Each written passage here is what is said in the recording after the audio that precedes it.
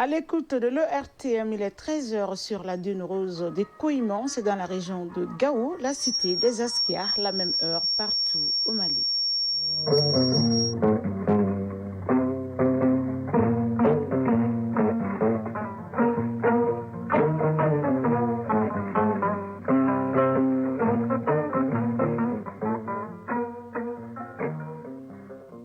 Le journal. Aïssata Saliou Maïga. Mesdames et messieurs, bonjour et merci d'être au rendez-vous des infos. La cour d'assises de Bamako a rendu hier son verdict dans l'affaire dite de l'achat de l'avion présidentiel et de matériel militaire. Un verdict qui met ainsi un terme à un long procès très suivi de près par l'opinion publique. À l'issue des délibérations, certains accusés ont été condamnés et d'autres ont été acquittés des charges retenues contre eux. Les détails à suivre dans cette édition. Dans plusieurs familles à Bamako, il est constaté que l'eau de robinet a changé de couleur. Cette dégradation de la qualité de l'eau s'explique par la tombée des eaux de pluie qui provoque des drainages dans le fleuve. Et le personnel est à pied d'œuvre pour renforcer le traitement de l'eau du robinet pour le bonheur des populations. Dans la page sport, on parlera de football, Coupe du monde des clubs, nouvelle formule aux États-Unis d'Amérique dont on connaîtra l'affiche de la finale ce soir à l'issue de la deuxième demi-finale entre le Paris Saint-Germain et le Real Madrid. Il sera également question de la CAN féminine au Maroc où le Mali joue ce vendredi contre le Ghana dans le groupe C. Pour offrir un environnement sain à la population, le rôle des chefs coutumiers, chefs de quartier, griots et notabilité est impératif. Légitimité traditionnelle et lutte contre les sachets plastiques. Quand l'autorité morale s'allie à l'écologie, c'est le sujet de la chronique de l'environnement d'aujourd'hui, une réalisation de Agibou Koulibaly. Mesdames et messieurs, une fois de plus, bonjour et merci de votre constante fidélité au programme de l'ERTM. Je vous le disais à l'instant, dans les titres, la cour d'assises de Bamako a rendu hier son verdict dans l'affaire dite de l'achat de l'avion présidentiel et des matériels militaires, mettant ainsi un terme à un long procès très suivi par l'opinion publique à l'issue des délibérations.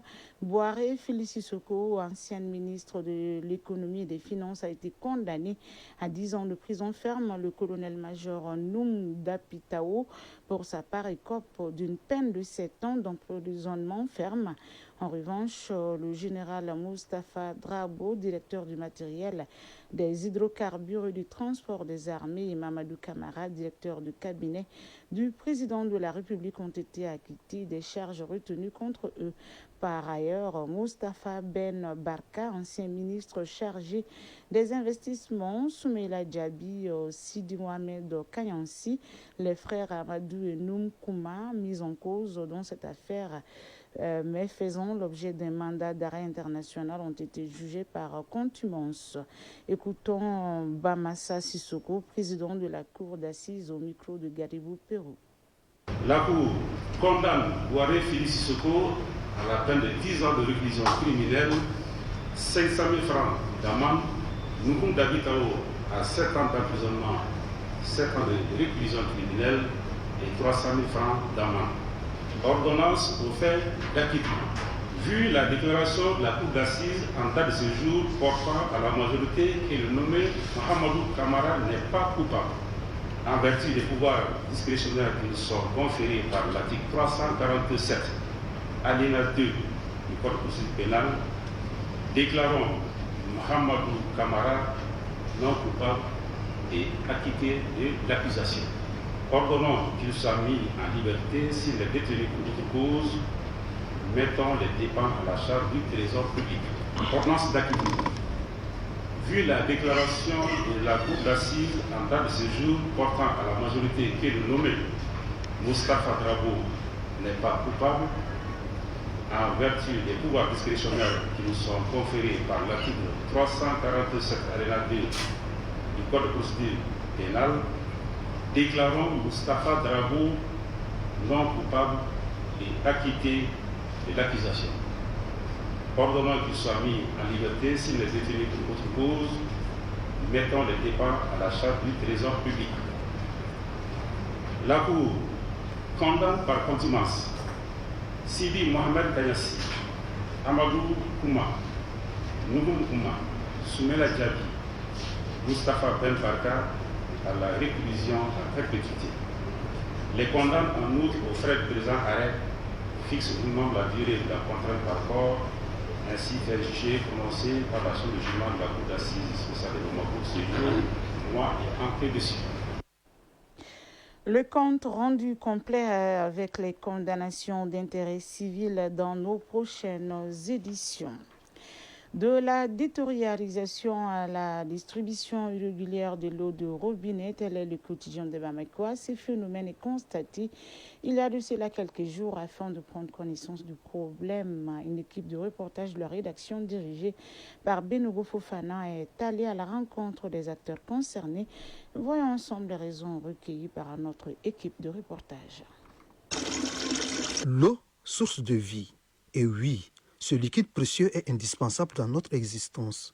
Pour la consommation et le bien-être de la population, il est souhaité que cette eau soit potable. Aujourd'hui, à Bamako, il est constaté dans plusieurs ménages que l'eau de robinet a changé de couleur. Doumbia Aïssata Doumbia, ménagère.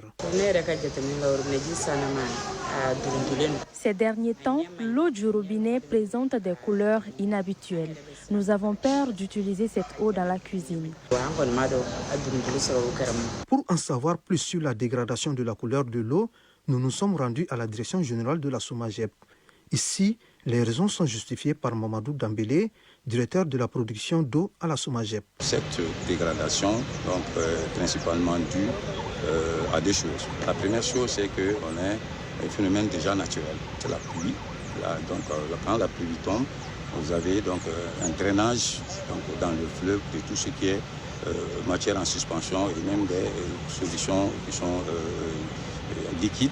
La turbidité est tellement forte qu'avec un débit conséquent, normal qu'on traitait avant, on ne peut pas traiter cette eau pour qu'on puisse respecter vraiment les recommandations de l'OMS. De la station de pompage au labo, le personnel est à pied d'œuvre pour la satisfaction de la clientèle. C'est de renforcer l'équipe et de renforcer le traitement pour pouvoir vraiment faire en sorte que l'eau qui est produite soit dans les règles, soit conforme aux recommandations de l'OMS. Et nous avons pris la décision de ne jamais envoyer quelque chose qui n'est pas conforme. Donc c'est pour cela que nous avons d'abord réduit effectivement le débit d'entrée pour pouvoir mieux traiter et envoyer cette eau propre à la population. Et la couleur rougeâtre, souvent rougeâtre de l'eau, n'est pas forcément dit que c'est une eau non potable. Cette eau est potable, peut être consommée. Ce que nous vous envoyons, n'est-ce pas, dans le réseau, c'est de l'eau qui est contrôlée et vérifiée par notre laboratoire central et qui est conforme aux recommandations de l'OMS. À la SOMAGEP, qui dit production, dit distribution. Aujourd'hui, cette distribution est également impactée par le même phénomène qui a engendré la détérioration de la couleur d'eau. Ibrahima Guindo, directeur de la distribution d'eau à la SOMAGEP. Cette baisse de la production a un rapport aussi avec la qualité de l'eau du fleuve qui a brusquement quand même dégradé. Cette distribution irrégulière ne concerne pas seulement la rive gauche. Les zones concernées, je pourrais dire que c'est pratiquement toute la ville de Bamako, parce que quand on regarde les deux stations, Kabala et puis la station de Djikoroni-Para, pratiquement toute la rive droite est alimentée par Kabala. L'eau de Kabala alimente également certains quartiers de la rive gauche. Et donc la station de Djikoroni-Para également est impactée par cette situation de dégradation de la qualité de l'eau du fleuve. Quel comportement la population bamakoise doit adopter? Mamadou Dambélé, directeur de la production d'eau à la SOMAGEP. Confiance, ce que nous donnons, nous-mêmes, on a tous nos familles, nous-mêmes, nous vivons, donc on ne peut pas donner quelque chose qui n'est pas conforme aux recommandations de l'OMS. En attendant la résolution du problème, la population est invitée à s'armer de patience. Inciter les décideurs politiques à harmoniser les instruments juridiques protégeant les filles et les femmes et à accélérer le processus d'adoption de la nouvelle loi relative à la santé et la reproduction et le code de la protection des enfants. C'est l'objectif d'une rencontre. Elle est initiée par FAWE Mali et ses partenaires. Une rencontre qui a enregistré la présence des participants venus des régions du Mali, Inaba. Les femmes et filles rencontrent de nombreux défis structurels et sociaux qui entravent leur développement et leur épanouissement.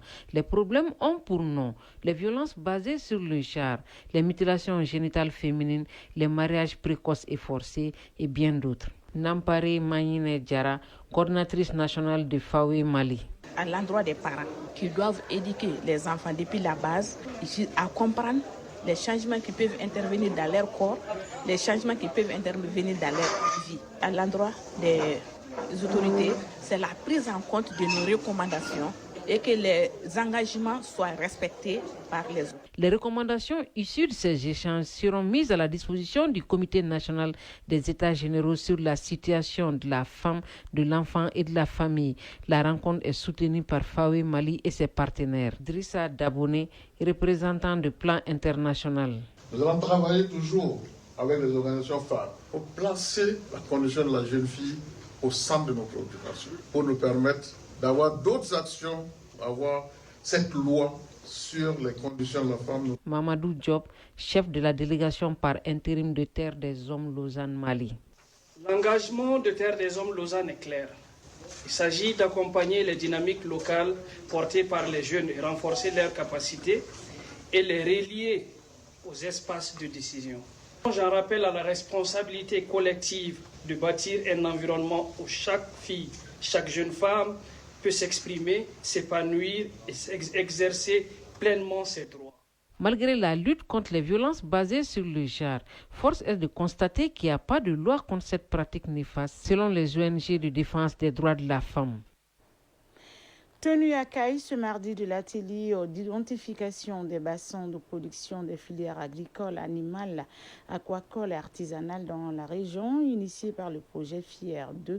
Cet atelier a pour objectif de faire l'état des lieux de ces bassins de production afin de choisir les bassins qui serviront de base pour d'éventuels investissements. Compte rendu Kansutu Kanouté. Organisé par le projet FIER 2 à l'intention des services techniques de la région, cet atelier a pour objectif d'identifier des bassins de production des filières agricoles, animales, aquacoles et artisanales. Abdelkader Djenepo, responsable suivi évaluation du projet FIER 2. Identifier les bassins de production pour nous permettre plus tard de faire l'état des lieux de ces bassins de production afin d'arriver à choisir, mais à mieux choisir les bassins qui peuvent servir de base pour des investissements productifs importants pour le projet dans le domaine agricole, animal et halieutique, et artisanal également. Michel Dansoko, deuxième vice-président du conseil régional de Caille. Le projet FIER 2, dont la mise en œuvre s'étend de 2023 à 2030, se fixe pour objectif ambitieux de contribuer à la création de richesses et à la réduction de la pauvreté en milieu rural par l'insertion des jeunes dans les chaînes de valeur porteuses. Il s'agit là d'un projet structurant, innovant et résolument tourné vers la durabilité et l'impact. Vu l'importance de cet atelier, le représentant du gouverneur de la région n'a pas hésité d'inviter les participants à participer pleinement aux échanges. Adama Asagaïdou Maïga, conseiller aux affaires économiques et financières au gouvernorat de Caille. J'exhorte chacun de vous à donner le meilleur de lui-même dans les présentations et à participer pleinement aux échanges et aux débats afin d'atteindre les résultats escomptés de l'atelier. Rappelons que ce deuxième projet de formation professionnelle, insertion et appui à l'entrepreneuriat des jeunes ruraux FIER 2 est initié par le gouvernement du Mali avec l'appui technique et financier du Fonds international de développement agricole FIDA. Le coût total du projet sur 7 ans 2023-2030 est estimé à 100 millions de dollars, soit 59,5 milliards de francs CFA. Kaï Kansutu Kanouté Lassana Keita pour l'ORTM. Quelques mots de l'actualité hors de nos frontières. À prison, bonne nouvelle pour la presse au Tchad. Le journaliste Olivier Mounodji a été libéré hier après 4 mois de détention. Directeur de publication du journal Le Pays et correspondant de médias étrangers, le tribunal de grande instance de Djamena l'a déclaré non coupable, tout comme ses co-accusés, faute de preuves suffisantes. Son avocat salue la décision, mais compte faire appel pour effacer définitivement le doute évoqué par les juges. En RDC, l'heure du procès a sonné pour l'ex-ministre de la Justice Constant Moutamba, comparé dès ce mercredi devant la Cour de cassation. Il est accusé de détournement de fonds publics, 10 milliards de francs CFA destinés à la construction d'un complexe pénitentiaire à Kinsagani. Selon le parquet, l'ancien ministre aurait lancé le projet sans l'autorisation de la première ministre, une manœuvre qui viserait à détourner l'argent. Heureusement, la cellule de renseignement financier aurait évité le pire en bloquant l'opération à temps. Moutamba lui dénonce un acharnement politique. Elle parle d'une cabale montée contre lui pour faire échouer les réformes judiciaires et affaiblir la riposte contre l'agression rwandaise. Son entourage évoque un simple couac administratif et non un crime. Au Kenya, la tension reste vive après les violentes manifestations en début de semaine à Nairobi. Au moins 30 personnes ont été tuées et plus de 500 arrêtées. L'ONU dénonce un usage excessif de la force par la police. Ce mouvement de colère mené par des jeunes de la génération Z dénonce la vie chère et l'absence de perspectives pour la jeunesse.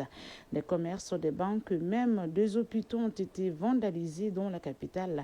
C'est la deuxième vague meurtrière en 2 semaines. L'ONU appelle au calme, au respect des libertés fondamentales et exige une enquête rapide et transparente. Pendant ce temps, les appels à de nouvelles manifestations circulent déjà sur les réseaux sociaux. Pas de procès notable dans la crise à Gaza après le dîner à la Maison-Blanche entre le Premier ministre israélien Benjamin Netanyahu et le président américain Donald Trump. Le Premier ministre israélien a réaffirmé sa volonté de relocaliser les Palestiniens de Gaza, souhaitant partir en collaboration avec les États-Unis, tout en refusant la création d'un État palestinien.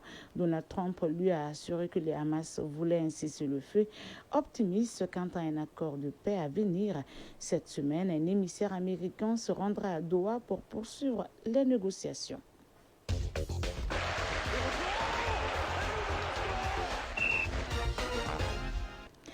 La page sport à présent, football, Coupe du monde des clubs, nouvelle formule aux États-Unis d'Amérique. On connaîtra l'affiche de la finale ce soir à l'issue de la 10e demi-finale entre le Paris Saint-Germain et le Real Madrid. Déjà hier en première demi-finale, le club anglais de Chelsea s'est qualifié pour la finale en battant 2-0 Fluminense du Brésil. Sur le continent CAN féminine au Maroc, aujourd'hui, c'est la 10e journée dans le groupe A, alors que le Mali joue vendredi contre le Ghana dans le groupe C. La synthèse de l'actualité sportive de ce mercredi avec Aridou Matina. L'événement sportif majeur sur le continent en ce moment est la 15e édition de la Coupe d'Afrique des Nations féminines seniors qui bat son plein au Maroc.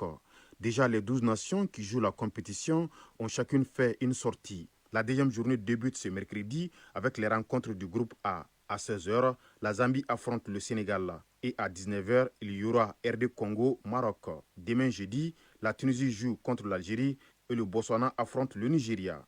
Vendredi, dans le groupe C, le Mali croise le Ghana, puis la Tanzanie sera face à l'Afrique du Sud. Rappelons que les 2 premiers de chaque poule se qualifient pour les quarts de finale, ainsi que les 2 meilleurs troisièmes des 3 groupes. Toujours football féminin, mais cette fois-ci au plan national. La 4e journée, soit la phase retour du Caridas du championnat national féminin, se joue cet après-midi. À 16h au Stade Wenzin Coulibaly, les Super Lions seront face à l'USFAS. Et à 18h15, toujours au Stade Wenzin Coulibaly, l'AS Mandé joue contre les Amazones de la commune 5. Après 3 journées au niveau de ce Caridas, c'est l'USFAS qui est en tête avec 6 points plus 2. Suivi des Amazones de la commune 5, 6 points plus 1. L'AS Mandé est 3e avec 4 points et les Super Lions sont 4e avec seulement un petit point. Davide Ancelotti, le fils de l'emblématique technicien italien Carlo Ancelotti, sera désormais l'entraîneur du club brésilien Botafogo. Longtemps coach adjoint de son père, de nos jours sélectionneur du Brésil, Davide Ancelotti va ainsi entamer sa première grande aventure comme entraîneur principal. Tour de l'international argentin Ángel Di María à Rosario Central. Son club formateur a été officiellement présenté sous des applaudissements. Très ému devant la presse, Di María n'a pas caché sa fierté de revenir à la maison après environ 19 ans passés sur le vieux continent. L'ancien défenseur international italien Giorgio Chiellini est devenu l'un des actionnaires du club américain de Los Angeles FC. L'ancien défenseur de la Juventus de Turin a évolué à Los Angeles FC avant de prendre sa retraite en 2023 après une carrière remarquable de 22 ans en tant que joueur. Coupe du monde des clubs 2025, la seconde demi-finale, un choc 100% européen, oppose ce soir à 19h le Paris Saint-Germain au Real Madrid. Une rencontre très attendue et qui marque les retrouvailles entre l'attaquant français du Real Madrid Kylian Mbappé et son ancien club. Le vainqueur de ce match Paris Saint-Germain et Real Madrid rencontrera en finale le club anglais de Chelsea qui a battu hier lors de la première demi-finale 2-0 le club brésilien de Fluminense. Chronique de l'environnement. Les chefs coutumiers, chefs de quartier, griots et notabilités ont toujours joué leur partition dans l'apaisement des cœurs et des esprits dans notre société. Légitimité traditionnelle et lutte contre les sachets plastiques. Quand l'autorité morale s'allie à l'écologie, cela ne peut qu'être bénéfique pour les populations qui veulent un environnement sain. C'est le sujet de la chronique de l'environnement, une réalisation de Agibou Koulibaly. Autrefois surnommée la coquette, Bamako était admirée pour sa verdure, sa propreté et l'attachement de ses habitants à l'ordre et à l'harmonie sociale. Aujourd'hui, la capitale suffoque. Une démographie galopante, une urbanisation non maîtrisée, une gestion déficiente des déchets et surtout des sachets plastiques à perte de vue. Mais il existe un maillon fort souvent oublié, les légitimités traditionnelles. Présents dans chaque commune, chaque quartier, chaque village à travers le Mali, ces hommes et ces femmes de respect et d'influence ont encore une capacité unique à faire bouger les mentalités. Bokaridi Bailo Sissé, chef du 2e quartier à Badiangara, en est convaincu. J'ai fait une remarque qui m'a beaucoup touché. Aujourd'hui, dans les quartiers, dans les villes, partout où il y a une manifestation, que ce soit un baptême, un mariage ou un décès, on voit des sachets plastiques jetés partout. Cela me pique au cœur. Et il n'y a personne pour les ramasser, sans savoir ce que cela peut agir sur notre environnement. C'est déplorable. Nous, en notre temps, n'avons pas connu cela. Donc nous, en tant que chefs traditionnels, c'est notre devoir absolu de tenir des assemblées pour une forte sensibilisation. 1. Éviter la pollution. 2. Les sachets plastiques, je ne dis pas de ne pas les utiliser, mais il faut savoir utiliser. 3. Éviter surtout de prendre des morceaux de sachets plastiques pour dire que vous allez faire de la flamme dans les cuisines. Car quand on parle de l'environnement, il s'agit non seulement de protéger l'environnement, mais de nous protéger également. Au-delà de l'autorité, ces leaders incarnent la mémoire collective, la continuité entre générations et dans bien des traditions maliennes, le respect de la nature était sacré. Ne pas jeter dans l'eau, ne pas salir les lieux publics, ne pas couper les arbres sans nécessité. Ces règles ancestrales peuvent être ressuscitées. Seko Ahmed Diallo, directeur exécutif de l'ONG AFAD. Les légitimités traditionnelles ont d'abord comme rôle de faire passer l'information dans leur milieu en tant que représentant de l'État, mais aussi en tant que personnes ressources pour faire vraiment vulgariser les bonnes informations. Parce que c'est eux qui sont les personnes les plus écoutées des communautés à la base. Donc c'est eux qui peuvent sensibiliser quand elles ont les bonnes informations pour que les communautés changent de comportement. Mais pour cela, il faut un cadre. Il est temps que les autorités locales, les ONG, les écoles, les médias associent les légitimités traditionnelles aux campagnes de salubrité, aux journées citoyennes, aux clubs scolaires. Karamoko Songomo, directeur par intérim de l'ONG GAS Mali à Badiangara. Ils sont associés à tout. Quelqu'un qui veut faire un développement communautaire, il faut que ça soit inclusif. Donc que tout le monde y prenne part. Mais il se trouve que de nos jours, avec les déchets plastiques, c'est une nouvelle donne. Donc Vraiment, il va falloir qu'on se réunisse et qu'on fasse des assemblées générales au niveau des villages, vraiment pour parler du danger des sachets plastiques. Et en ce moment, en les montrant des images, en les montrant les méfaits des déchets plastiques, les gens peuvent prendre, que ce soit les parents, les enfants, tout le monde peut prendre conscience des effets néfastes vraiment des déchets plastiques. La propreté n'est pas qu'une affaire de machine ou de loi. C'est aussi et surtout une question de valeur, de respect et d'héritage. En redonnant à ces figures leur place dans la gouvernance environnementale, le Mali peut réconcilier modernité et tradition, ville et village, progrès et sagesse ancestrale. Point final à cette édition qui vous a été présentée par Issata Saliou Maïga. Sa mise en onde a été assurée par Alimata Ouattara. Mise en ligne, Badi Touré. Réalisation, Koumba Sissako et Diafar Thiam. Coordination, Ousmane Dao. Merci d'avoir été des nôtres et à très vite sur les antennes de l'URT1 pour d'autres informations encore plus poignantes d'ici et d'ailleurs. D'ici là, prenez bien soin de vous et des autres. N'oubliez surtout pas de soutenir nos femmes et restez connectés. Le programme de l'URTM se poursuit. Dans quelques instants, Kani Keita et Adama Koulibaly seront là pour la lecture des avis et communiqués divers.